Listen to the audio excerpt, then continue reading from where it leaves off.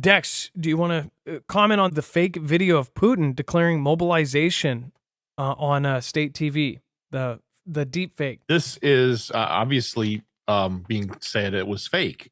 This came out by apparently from hackers during one of the incidences from the South.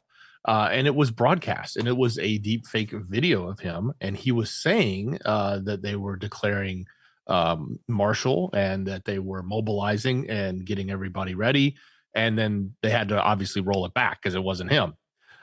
So this was one of the many instances we've seen of hacking there, but one of the first instances we've seen, I guess, of a significantly sized deep fake, so to speak, being used in a broadcast like this. So, of course, I could imagine what everyone thought initially when they saw it. But then quickly they were able to let people know that this was not legit. This was not real. So just to reiterate, we have talked about this for a very long time about when deepfakes started really popping up and when, of course, larger YouTubers were able to even do it to where they could do a convincing, Tom Cruise video. This is much more serious.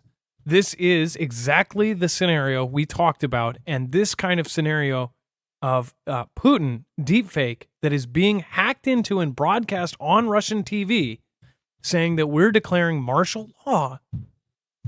This is a giant deal, and this is exactly what we expected to happen. And now from this, even though it's over there, this very well could lead to a whole string of different things to happen. Now, this is dangerous, right? Well, anybody can make a deep fake, at least anybody with a good set of computers and some knowledge that it's not exactly top secret. So if Corridor Crew on YouTube can do it, then I bet you there's a bunch of people that can't, right?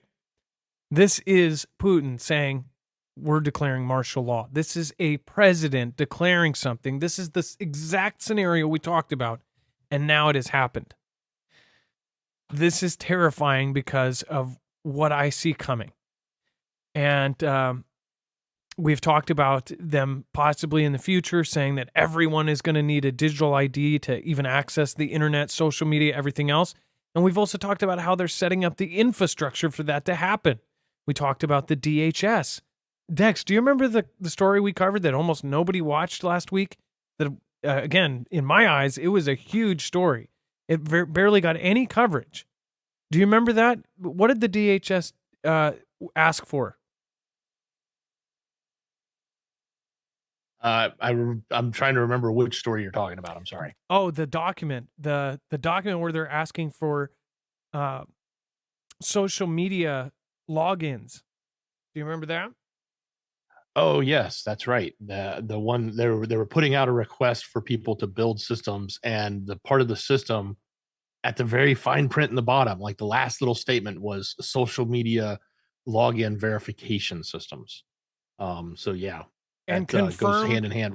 Yeah, it's right from DHS and from our major agencies that I think it was Homeland Security, DHS, and another organization. They were doing this together and trying to basically create a social media identification verification system. And decide the liveness of the person who is logging in, if they're human or not, or if they're a bot, or if they're AI, right? This is all coming together exactly how this community would have seen this years ago, and now step by step, each one of these things is happening. I mean, how is this not something we have specifically talked about? Like the worst case scenario is they could do a deep fake of a president and have that president announcing something on TV. We also saw what led up to this, how they did hack into the TV stations.